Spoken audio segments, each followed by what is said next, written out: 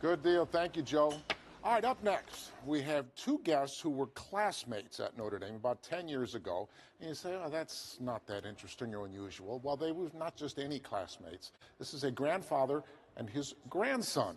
Joining us now from Naples, Florida, double domer, Dr. Jack Conroy, class of 1959 and 2008, and his grandson, John Conroy, class of 2009. Gentlemen, welcome to Notre Dame Day. Thank you for joining us. Thank you, guys. Thanks for having us, Steve. Jack, how is it that you happened to return to Notre Dame for your PhD after so many years? Well, there's about three steps involved.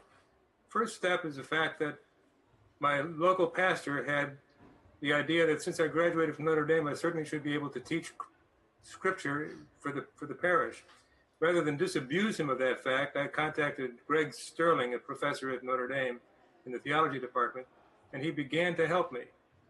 The second step was the fact that my wife, Joan, and two daughters, who are both Notre Dame grads, Mary Jo and Kristen, discovered summer sessions at Notre Dame, the courses that would be offered for non-matriculating students. So starting in 1992, Joan and I spent every alternate summer at Notre Dame in studying in theology.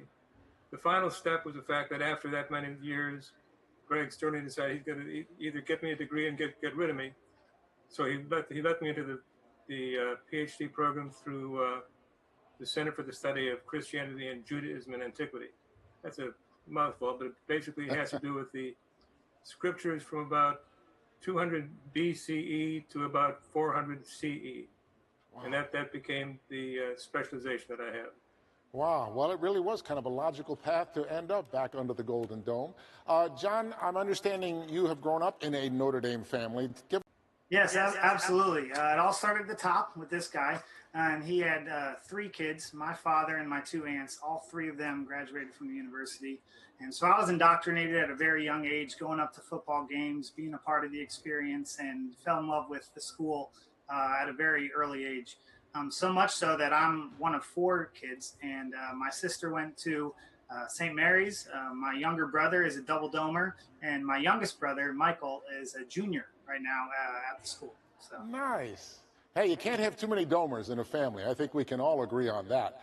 I agree. Oftentimes, classmates do things together. Jack, I'm guessing you and your grandson did not double date at Notre Dame because your wife probably wouldn't have appreciated that. But what traditions did you have as classmates at Notre Dame? Well, we certainly saw quite a bit of each other. We probably had lunch once a week in the huddle or dinner at our house. The most interesting thing is that one evening, John brought a beautiful blonde cheerleader with him to dinner, and we fell in love with her. Turns out that he had also fallen in love with her. They married and now have three children, Jack, Kylie, and Luke, and they are our great grandchildren. Oh, that is wonderful. That's a wonderful story. John, from your perspective, was it unusual to have your grandfather as a classmate?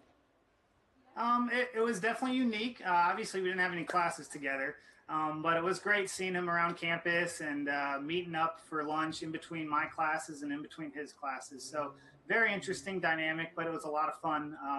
I also performed as a musician on campus, and so he would come and he'd be in the back corner watching with all the other college kids. So it was a blast, but we had a lot of fun together, and I wouldn't trade it for the world. And Father Hesburgh said that he hadn't heard of it ever happening before, so that's a pretty cool token for us. Yeah, I have never heard of anything at any university like that. Well, Jack and John, thank you so much for joining us on Notre Dame Day. Two more extraordinary domers making everybody at this university proud. Thank you, guys.